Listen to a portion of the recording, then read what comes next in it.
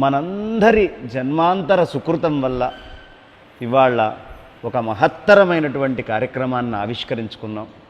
శంకర భగవత్పాదాచార్యుల వారు 32 ఏళ్లలో 3 సార్లు ఆసేతు సీతాచల పర్యంతము పర్యటించి మొత్తము భారతదేశంలో ప్రతి చెట్టుని, గుట్టని, పుట్టని, మిట్టని వదిలిపెట్టకుండా సంచారము చేసి అన్ని చోట్ల ధర్మ ప్రతిష్ఠ చేసి ప్రతి క్షేత్రాన్ని ఉద్ధరించి 4 దిక్కులలో చతురామ్నాయ పీఠాలని స్థాపించారు.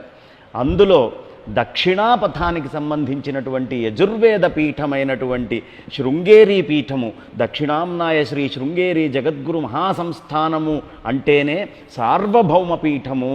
అది మహత్తరమైనటువంటి సామ్రాట్ పీఠము. ఇవాళ భారతదేశంలో ఎక్కడ ఏ ధర్మానికి సంబంధించినటువంటి అనుమానం ఉన్నా, ఎక్కడ ఏ ధర్మానికి సంబంధించినటువంటి విచికిత్స చేయాల్సి వచ్చినా ఎవరిని ఆశ్రయించాలి అంటే సాక్షాత్తు శృంగేరి పీఠం దగ్గరికి వెళ్ళి అక్కడ జగద్గురువుల్ని ఆశ్రయించి వారు ఏది చెబితే దాన్ని ఆదేశంగా మీరు తీసుకోండి అని శంకరస్వరూపులైనటువంటి శంకర భగవత్పాదాచార్యుల వారు చెప్పారు.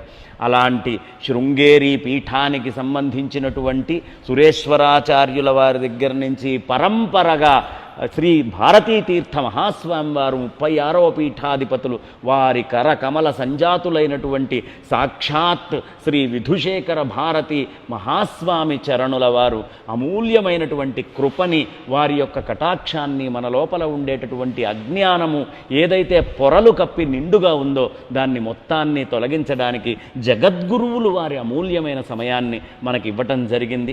పరమహంస పరివ్రాజకాచార్యవర్యేత్యాది సమస్త బిరుదావళి విరాజమానులైనటువంటి శృంగేరి విధుశేఖర భారతీ స్వామి వారిని ఆశ్రయించి మన అనుమానాలన్నిటినీ కూడా పటాపంచలు చేసుకుందాం. నమస్కారం స్వామివారు.